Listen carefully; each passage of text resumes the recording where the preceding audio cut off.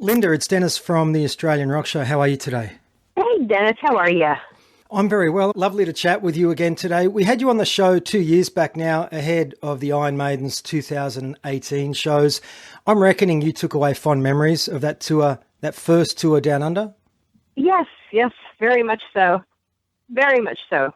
Everyone was just really cool down there, and the sights were really awesome to see when we had a little time off. Got to sample a lot of different wines, and and we discovered avocado toast with rockets. Lovely. I do believe that whilst in New Zealand you visited Bag End and stopped into the hobbit hole of one Bilbo Baggins. Oh, absolutely. That's one thing that Kirsten, Nikki, and I decided we wanted to do. So we actually traveled out a few days before the rest of the band did, just so that we could go do that. We had to. We didn't know, when was the next time we were ever going to be there again. So we made a point to go and be extreme tourists, and we're so glad we did. Good stuff. When we had you on the phone last time, we dug deep into the Phantom Blue history, and I am going to once again fire some Phantom Blue questions at you today. But let's start with your current activities with the Iron Maidens. From memory, last time we spoke, you mentioned something about going into the studio to record another tribute CD. Is that still in the pipeline? Oh my gosh, that was a couple years ago, wasn't it? Wow. Actually, yeah, we are still, everybody's schedules just got so busy, including the people that had recorded it for us, that it's still in the final mixing and mastering phase. But we are really, really hoping it's going to be done within, by summer. We really hope so, because it's taken entirely too long to get it out there. But yes, it is still in the works, and it is happening, and all the tracks are recorded. We just have to get it all, the final bits, mixed and mastered, and then it's going to be out. Is there a working title for that CD? We don't have one yet. Do you have any suggestions? Now you've got me on the spot. It's Sorry. about time? Is that hurry the fruit up? Let's talk about vocalist Kirsten. She's been with the band for over 10 years now, following Jenny Warren and RJ Kim. I imagine finding a vocalist with a range like Bruce Dickinson must not have been easy. How did you find Kirsten? Oh my gosh, it really was not easy, and not disrespecting anyone that came and auditioned for the position, but it was painstaking at some times. It's not easy filling those shoes. We got really lucky when Kirsten came in. We just knew she was a superstar. She just, everything from her attitude, happy-go-lucky, just silly as can be, and just so genuine and kind, and just wanted to have fun and sounded amazing. She actually saw online that we were looking for a new singer, and she was living in the East Coast at the time, and she had a thriving vegan bakery called Sticky Fingers at the time. But she pretty much flew out here, and she has family out here. Her parents live out here in Los Angeles area. So she would come out here to visit them, and came out and did the audition, and we fell in love with her, and she wanted to be in the band, so she kind of went bi-coastal for a while, and finally made the move out here, and ended up giving up that business to her partner, and we got her for 10 years so far. And hard to believe, but the band are approaching its 20th anniversary. Anything in the pipeline to mark that 20th year? I think, is it already year 20, or are we actually in year 19? I'm not sure. But 20th will be next year, I think. Is it? Yeah, maybe the album will be out by then. No, I'm kidding. Yeah, definitely we need to do something to commemorate the 20th. Definitely. I better get on that and make sure that it's next year and not this year, so we don't celebrate early. Linda, for the non-drummers out there like myself, what's the most noticeable difference between Clive Burr and Nico McBrain's drumming styles? Gosh. I would have to say their energy. I mean, when people say, can you compare them? Who's the better? You can't do that. They're completely different styles, completely the common denominator is that they both play or played, they're both Iron Maiden drummers. Mm. But the style of music that Clive Burr was involved in was their earlier days when it was a lot more punk and raw. That was their influence. That was where they were coming from. It was a much more raw and in your face and driving and just pure energy. That's more of Clive Burr's drumming. And Nico McBrain is a little bit more refined and more articulate, and he verses his fills much differently than Clive Burr does. He's got a very, very different energy. I had to get used to that to learn his parts and whatnot, because Clive Burr is the whole reason I started playing drums, and I just was so drawn to his energy. So it was a total night and day thing when Nico McBrain jumped on board. But I mean, you couldn't have found the more perfect drummer for the direction that Maiden was heading at that time to present. I mean, it would be so interesting to hear how Clive Burr would have played the, Power Slave era moving forward. We hear how Nico can play the Clive Burr era. It would be interesting to hear the other way around, but unfortunately that won't happen. But they're just completely different. I think their energies and their styles are just completely different. The first incarnation of the band was entitled Rothschild, correct? Not as catchy as the Iron, and direct, I guess, as the Iron Maidens. The incarnation of the band before it became the Iron Maiden? Correct. Yes. Rothschild, and it was 3 guys, 2 girls. And Jen Warren was the mastermind behind that, the lead vocalist. And then they wanted to go all female, and the lineup took, I guess it took a couple of years before they found the right members, and then it became the Iron Maidens. It was either going to be Charlotte the Harlot or the Iron Maidens, but the Iron Maidens just really seemed like the obvious choice. Sure. Yeah, it made more sense, and it was easy and catchy, and that's cool. We all thought it was so cool. Linda, let's talk about some more of your history for a moment. And we did cover a lot of it in the previous interview, so I invite all listeners to go back and search that one out. But I believe in the early 80s, there was an all-girl 3-piece band called Andromeda. Was that your first band? That was my very first band ever. Yeah, it was. Is that the same Andromeda who were gigging at venues like Gazzari's and the Troubadour back in 1982? Yes. Wonderful. So my research is correct. The gig was our first show ever. That was our first live show ever. Battle of the Bands. What are your memories of that time period? I mean, obviously the scene in Los Angeles was so fertile then. I mean, I found a gig ad where, Wasp, I think, are playing at the Troubadour the following evening. Yeah, it was amazing. It was just, I mean, much like people growing up in the 60s, I guess, when they had that era. I mean, the 80s is a whole nother era that, I mean, it'll never, ever be relived again. I'm surprised that a lot of people from that era are still living. No, I'm kidding. It was pretty carefree. It was pretty indulgent. It was just about living fast and, painting things brighter than life. It was fun. It was good times.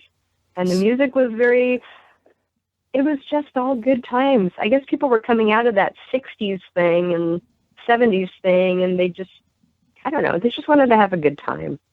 I read that you once took drum lessons from Scott Travers, of course, a long-time member of Priest, but who was at that stage in Racer X. Yeah, you do your research, don't you? Yeah. Yep, he was in Racer X. And at that time, we rehearsed at a place called Francisco Studios in Vernon, California. Like a 3-level old warehouse down by the train tracks near a bread factory and stuff. You can vision it right now. It's just in this industrial area. And on the bottom level were the bigger studios, and Racer X had their studio down there. And upstairs, the middle level were the medium-sized rooms, and Phantom Blue had our studio there. And we would go down and like listen outside their door and be in awe. And when they would stop playing, we'd run, and it was so silly. They were pretty hot on the LA circuit. I guess probably should have done bigger things like so many other bands. But where are we, Linda? They were great. No, they were fantastic. And Michelle Meldrum and Nicole Couch were both taking lessons from Paul Gilbert and Bruce Bouillet, respectively. Michelle was taking lessons with Bruce, and Nicole with Paul Gilbert. And then the bass player that we ended up getting, Kim Nielsen, was taking lessons with Alderetti. And so it's like, well, I want to take lessons too. So I went and I took a few lessons with Scott Travis, which, to be a fly on the wall, was probably the most comical thing anyone could watch, because I would go to his studio and his drums were set up and I couldn't reach anything. I mean, he's so tall. He's so tall. And I'm like barely 5'1", 5'1 3/4 inch. I sit down on the drum stool and I'm almost standing up. The snare is up to my chest and I can barely reach. I can't even reach the cymbals. They're so high. So it was a little comical, but... Linda, you've just given me a lovely segue into Phantom Blue. You may recall I am somewhat of a Phantom Blue disciple. I did see you live a couple of times in London in 1994. I am also a student of rock history, so with that in mind, I am going to put the spotlight now on Phantom Blue. I guess question, there is still a lot of interest in that band, and as is evidenced by the video view counts on YouTube, some of the high prices on eBay for CDs. Are there any plans to release a complete retrospective Phantom Blue album? You mean like with material that's already been released? Just a history. No, there's not any plans that I'm aware of. Okay. Yeah, I mean, a lot of like the music and stuff. It's so convoluted with the whole shrapnel thing, the publishing company thing, the writing things. I don't know. It's out of my hands. I don't know. I don't get it. I don't know what happened with this and that, and I'm just over it. But I know. Music-wise, I guess there's a couple of those labels in the UK which do reissue albums from the 80s, and I just thought when I see the prices which they fetch online, it could be ideal, I guess, to get that album out there, affordable for fans who don't have them. Sure. Oh, I wish now they would just have to figure out who actually owns the rights to whatever anymore, because I have no idea. They'd have to talk to Mike Barney, who I think was bought out by Geffen, who I have no idea. I don't know, with Roadrunner Records, who, what, where, when. So that would be great. Go for it. Otherwise, just go online, and people, they've got it on YouTube, this and that, and. Yeah. Linda, we kicked off this show with the Phantom Blue tune, Time to Run. Such a strong-sounding slice of rock and roll, tough lyrical content as well. Can you cast your mind back to 1993 and tell me how Time to Run came about? I think Glenn Hughes gets a songwriting credit on that one, doesn't he? Yes. Okay. Yes. And I will say someplace, I'm looking in my office here at this big stack of boxes in the corner there. I know I've actually got the demo where he sang the vocal on that. I should dig that up. That's a piece of Phantom Blue history there. But yeah, Michelle and Karen Kreitzer wrote the music for that, and he helped out with vocals. And it's basically, about spousal abuse and when it's time to get out and that type of stuff. It was a very serious subject. And that's what that's all about. A funny thing, too, there was a video on MTV, and at the end, they just sent the video company out from Europe, and we showed up, they did our makeup, and they just, we did a live performance type thing. But in between, they were showing all these other things, and we weren't really sure what it all meant, because it didn't have anything to do with the song. And at the end, they threw a big rock down at the end of the video, and they wanted us to sign the rock because they were going to use it as a giveaway for concert tickets and stuff on our next tour. And we asked them what the significance was of the rock, and they said, well, the song is called Time to Rock, isn't it? The whole time they thought that song was called Time to Rock, and they did that whole video. They didn't even know what the song was called. Wow. Isn't that hilarious? It's not surprising, I guess. So now, if you ever see that video, at the end there's a rock. It's a type That's of rock. what that's all about. Whilst we're talking about videos, the single Why Call It Love, filmed at the maximum security prison in Carson City, Nevada. How do you look back on that video now? Must have been an interesting experience. It was. It absolutely was. They told us we're going to go to the prison and do the video. And then when we got there, they informed us it's a maximum security prison. And we were going to be in a prison cell. And there were going to be inmates completely around us. And I was just not feeling very comfortable because I was right up against the wall and they were right behind me and they could just grab me. Everyone in there, I mean, people make mistakes. I can't judge anyone, but everyone is in there for life. I mean, what do they have to lose? Another life sentence? I mean, doesn't really matter, right?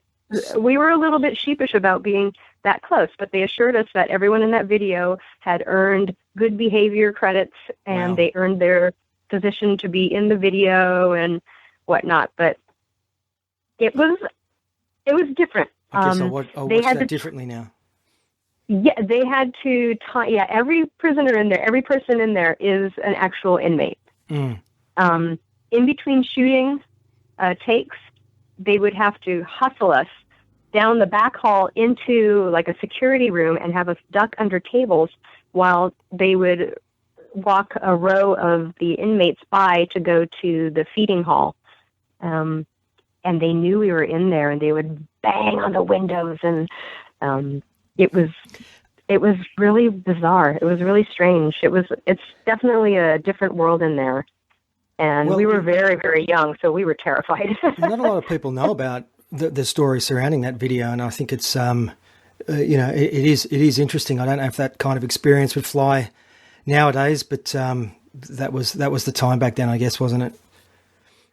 Yeah, it was different. I mean, it was different. There was a person in there that was particularly young, and he was in there for just some silly. He was in possession of marijuana, which was a felony at that time, and because of that, he had a life sentence.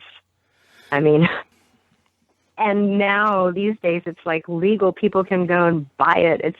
I hope he's out. It's crazy to think about that now.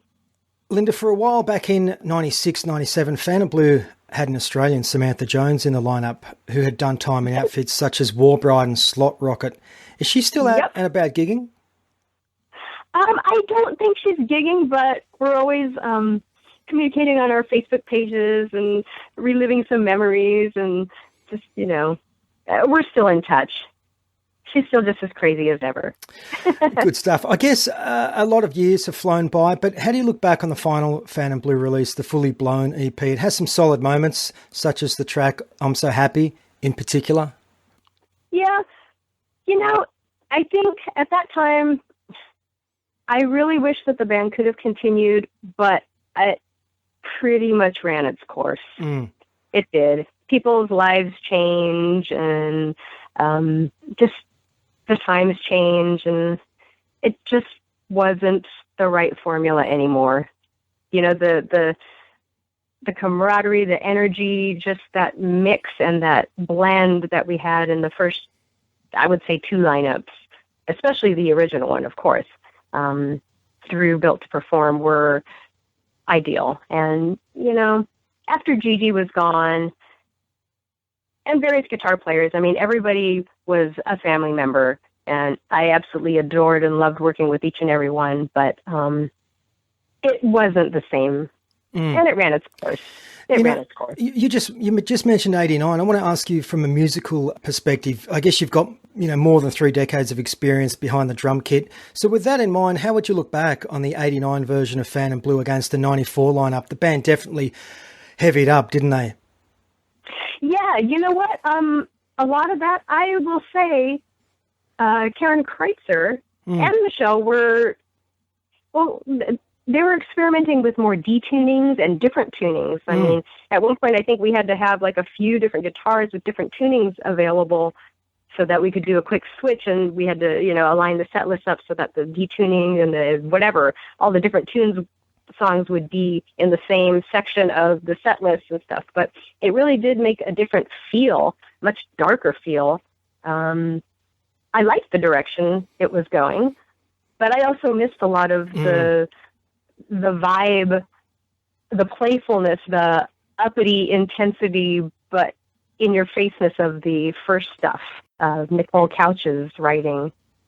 I've gone on record as saying, I rate Built to Perform very highly, and in my opinion, I don't think any other album suffered as much through the whole grunge hard rock backlash of the early 1990s than that album. Yes, I know that it did find some success, but the album should have sold through the roof. I just thought I would throw that out there and have my thoughts put on record. But I guess not a lot of Phantom Blue fans will know that in 2007 you reconnected with Michelle in the studio, laying down some drum tracks on the Meldrum album, Blowing Up the Machine. Must have been special to reconnect with Michelle via some studio time. Absolutely, it was. It was. When she asked me if I wanted to do it, I was like, oh my God, I thought you'd never ask. Yes, yes. It was just awesome. Phantom Blue contributed 3 songs, My Turn, Hanging On and Turnaround, to the 2001 horror flick Witch House 3 Demon Fire. Was contributing music for film something you'd wanted to do, or the offer just came up? That was Dark Wave, right? Right. Danny Draven? Yeah. Right. That actually, our guitar player at the time, Josephine, that is now her husband. Right. And that's how that all kind of got. Spooky film, by the way. What's that? Spooky film, by the way. I started watching it and I thought I better turn this off. Oh, yeah, that it was interesting how that ended up like that. I mean, it was never anything we set out to do, but when the opportunity was there, it was like, why not? Yeah, absolutely. Well, Linda, we're nearly finishing up. The song we're going to close this show out with is the wonderful Phantom Blue track called Mother. Just love that one. What can you tell us about that song? I think that was one of Gigi's, wasn't it? That I could be wrong, but I know that's a Nikki song. Nikki, okay. I almost said Nikki Stringfield. Nicole Couch. Too many Nickies. Nicole Couch. Yeah, that one was like the viewpoint of a child just watching the news and how scary the world could look. It's a ripping tune. How much? Yeah, it's what the media puts out there. To a kid, the world is a fucking scary place. And, well, it's a scary put place me back now. inside, meaning I don't want to be born. I'd rather not be born if this is the world. That's what it's all about. I am going to play that because it's not on either of the albums, and it's a B-side or an extra track, so I think more people need to hear that. Linda, I'd better start to wrap this interview up, otherwise I'll be racking your brain all day. The Iron Maidens will be hitting stages in Adelaide, Melbourne, Sydney, Newcastle, Canberra and Brisbane very soon. I encourage everyone to get out and see the band live. In the opinion of many, they are the only band that can pull these amazing tunes off live, note for note, so do not miss out. Aw, thank you. Thank you. And may I add that as the band are closing in on 20 years of existence, congratulations to you, Linda, for your hard work and commitment to the Iron Maidens. They've grown from pretty humble beginnings into a professional and well-renowned touring outfit who are known throughout the world, which is an amazing effort. Thank you. Yeah, we're pretty wigged out about it, too. People ask, it's like, it's just a tribute band. We're just lucky. That's all. Linda, thanks for your time once again today. Every guest in our show gets to choose a song by an Australian band. Last time around, you went with one which the early Phantom Blue used to include in their live set, being AC/DC's Problem Child. What would you like to select and why? Oh, boy, you're putting me on the spot here. Isn't that band Jet from Australia? Mm-hmm. Oh, okay. Well, how about them? Sure. Or is that not metal enough? No, Jet are great. We'll close out with some Jet. Absolutely wonderful to talk with you again. Maybe it's the typical song, Be My Girl, but no, it's I great. Like that song. Great I elements play that in cover bands, and it's fun. Elements I like that of song. the Beatles, Oasis, and great band, Jet. Look forward to seeing you soon when the Iron Maidens are Jet Down Under once again, and thanks again for your time today. Absolutely.